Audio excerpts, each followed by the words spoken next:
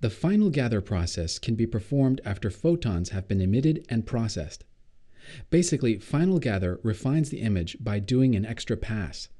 It samples the scene as rendered so far, smooths some things, and improves the details. Overall, it makes the image much more accurate in terms of quality and lighting. It works in a way that is significantly different from what you have seen so far. Instead of shooting rays from the cameras or shooting photons from the light sources, Final Gather shoots rays from points on the surfaces to check the surrounding environment. Rays are shot all around, often hundreds of them, to collect information on the environment and lighting. The result is then combined and averaged with neighboring points, which are sampled in the same way. You can set the accuracy of this sampling, which is the number of rays cast into the scene from each point.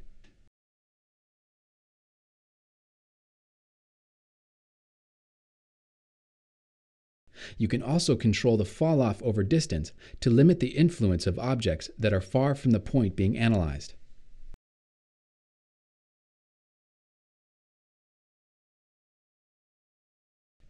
Not every single point of a surface is processed this way. The scene, as seen from the camera, is analyzed for areas of high contrast and details. A grid of samples is created, and for each of them, the surface point intersected is processed.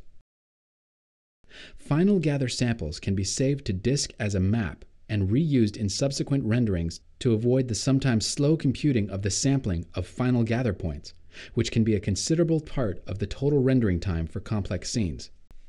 Final Gather samples can bounce too if you set a trace depth of 1 or more. This can help if there are reflective or transparent surfaces in the scene. Just be aware that the influence of the trace depth setting might be minimal, but processing time can increase noticeably.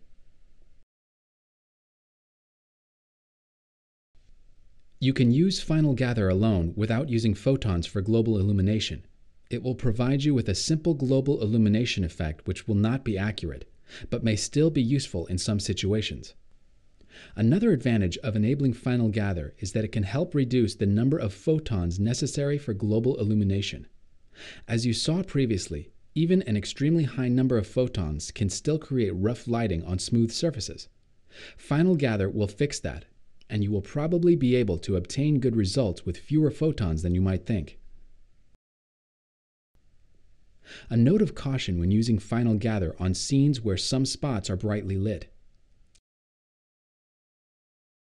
Since sampling rays are cast randomly from around the scene, the chances that they hit that bright spot are slim, but if they do, the strong light sampled for that point might create artifacts.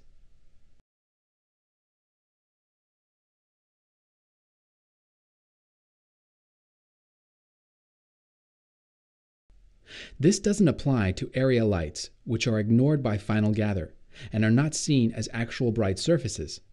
Only self-illuminating objects or surfaces with strong lights focused on them can create those artifacts.